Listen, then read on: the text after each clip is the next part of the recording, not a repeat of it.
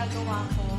And gusto ko rin siyempre i-share sa mundo kung ano ba yung kakayahan ng isang Pilipina kagaya ko. I am grateful to be part of this group. Bakit? Kasi ito yung group na tutulungan ka nila mag-group. As in, ito yung group na hindi ka nila pababayaan. Kung may mga tanong ka, kung mga gusto ka malaman, wala. Lahat sila willing kang tulungan, willing kang sagutin. So, etong group ito wala akong masasabi. Today, alam mo yan, sobrang thankful ko dahil nakasama ko sa PH Influencers. So, nagpapasalamat ako kay Belle kasi ikaw ang gumawa nito. Alam mo, sobrang thankful ako dahil hindi lang kaibigan yung nag-gain ko dito. Nag-gain din ako ng family. So, kaya, thank you so much, Belle, Sabrina, and sa lahat ng PH Influencers family. Maraming salamat dahil lagi kayo nandiyan para sa guys. So, bago matapos itong video na to, gusto ko sabihin sa inyo na I am Tone and I am PH Influencer.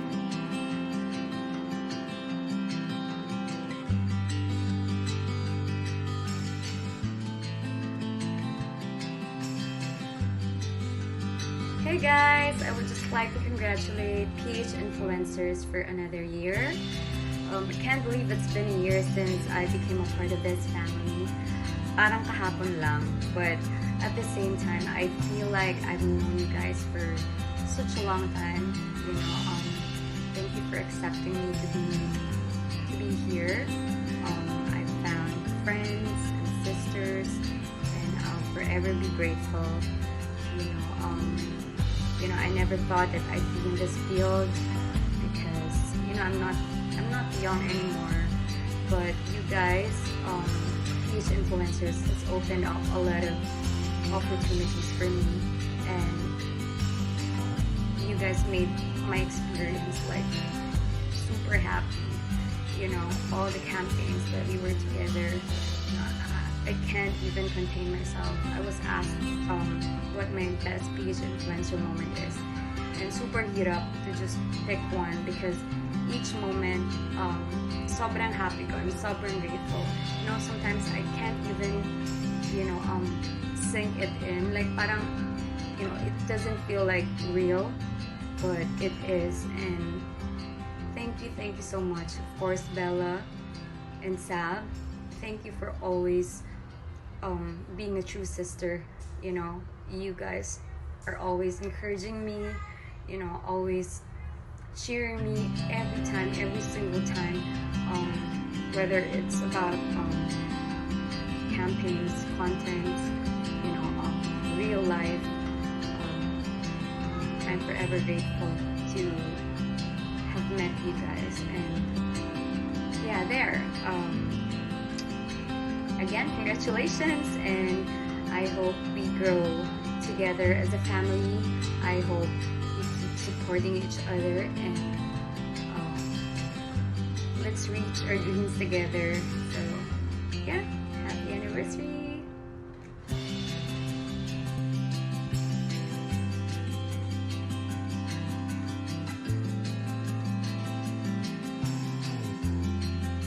Hi guys, it's Meryl. You probably know me on Instagram as @MerylRose_, and I would just like to share with you guys my journey on becoming an influencer. Okay guys, so may guide ako dito. Please bear with me. So the moment I felt like a true influencer was maybe because of my travel posts. Kasi I love to travel. My family loves to travel, and I would post a lot about my travels on Instagram, which is to me my most prominent social media platform. It all started, kwento ko lang ha, it all started nung nag-visit yung family ko sa Vietnam about almost 5 years ago. And while we were there, I posted a lot on my Instagram stories, and I posted a lot on Instagram itself.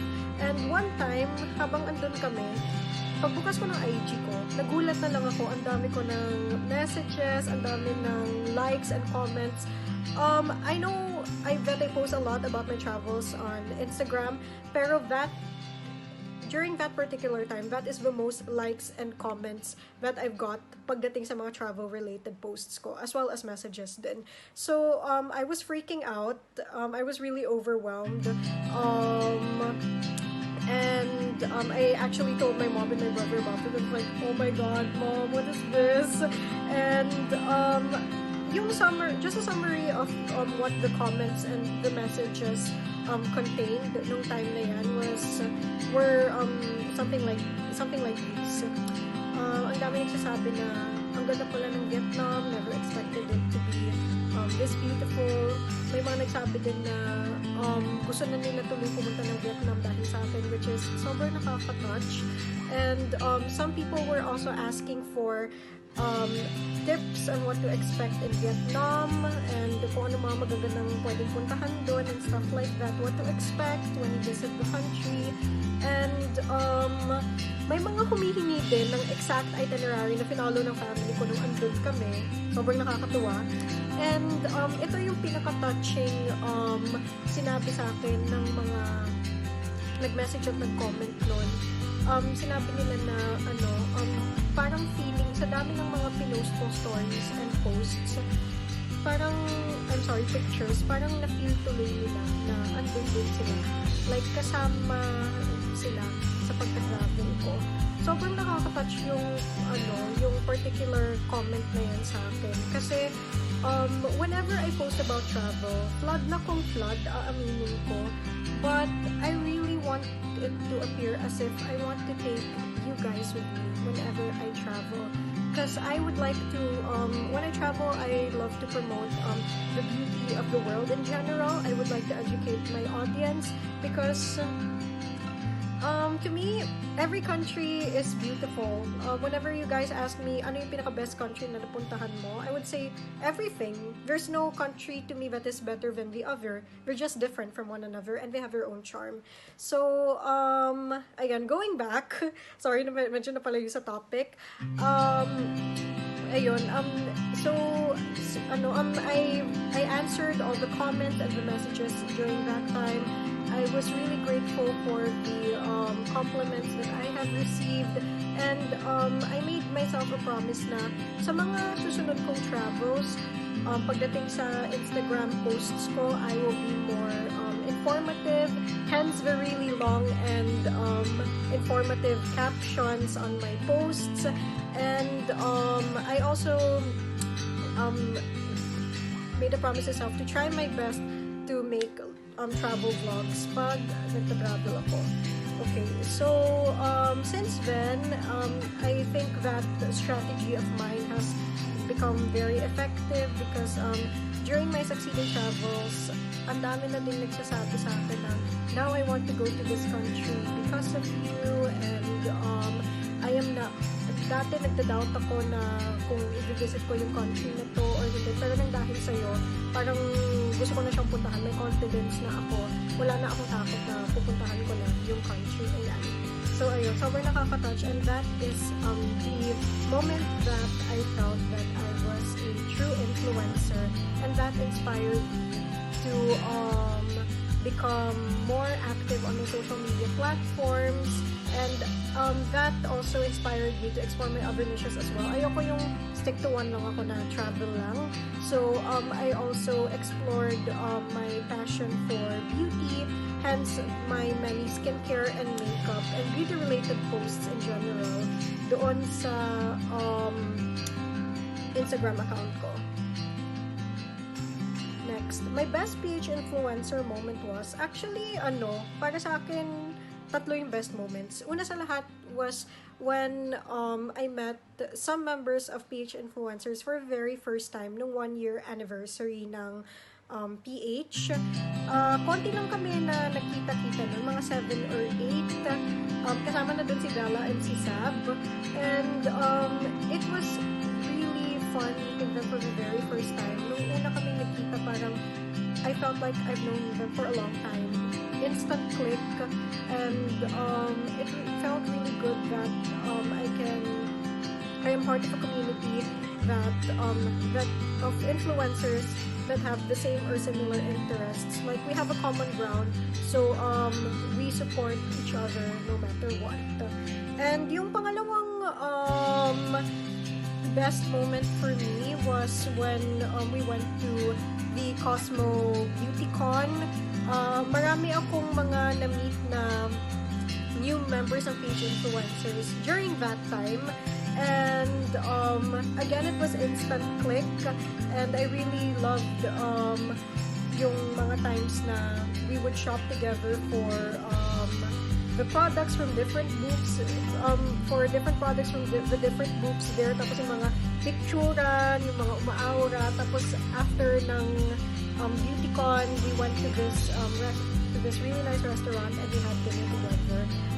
Sobrang saya nun. And the third, and this is by far the best, was nung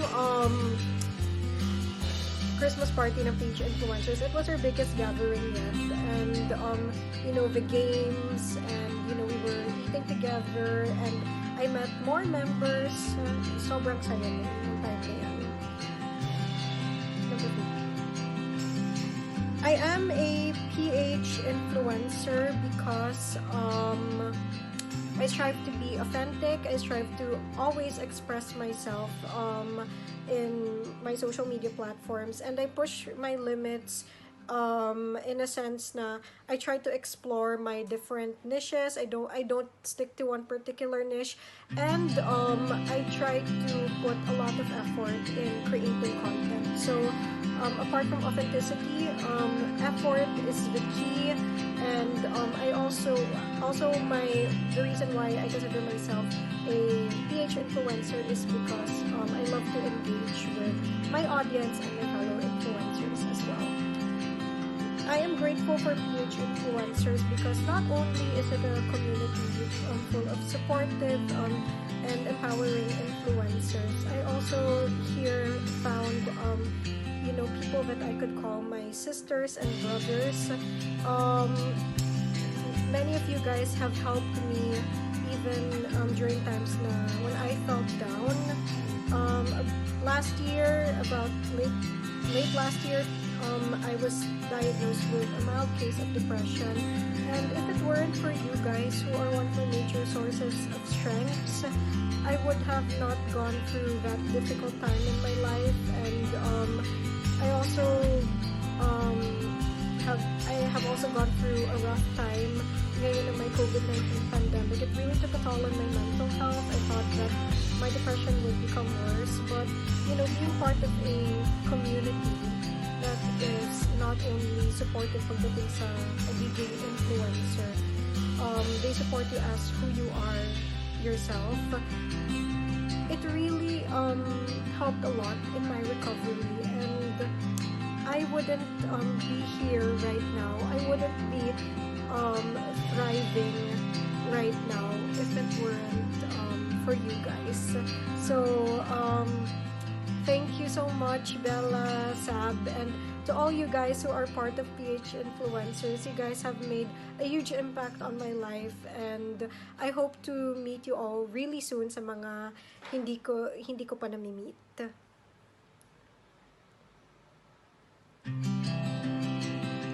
I am Meryl Lopez, and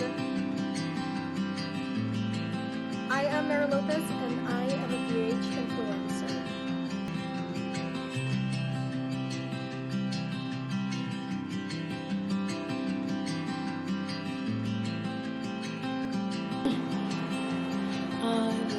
The moment when I felt like I was a true influencer is when I started getting exposed with big brands. Especially that my favorite moment would be I did the Shop TV live for hygiene. And it was amazing. It was nerve-wracking at first, but I really had fun doing it and getting invited again for their testimonial shows. My best PH influencer moment is the pool party. We just had fun. We were just just having a good time, just chill. I miss having pool party, so yeah. And yeah, there are so many good moments, but the pool party was my favorite, and the Christmas party, of course. I'm a PH influencer. It's because I would like to share my capabilities and meeting new people. I love what I do. It's basically it's for the passion. If you love what you do, it's not work. Tama ba?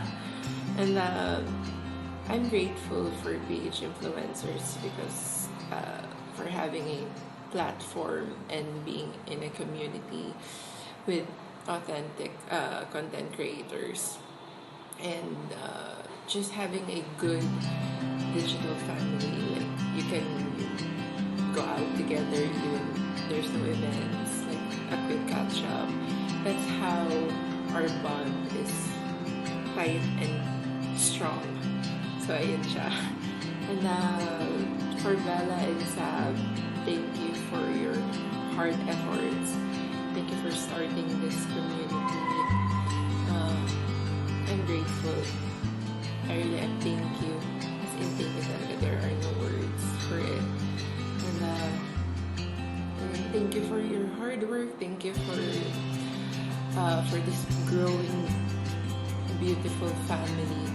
And as the years go by, I wish unending happiness and more success for all of us, especially you guys. So thank you, Bella and Sab. And I'm Camille Gabon, and I am PH Influencer.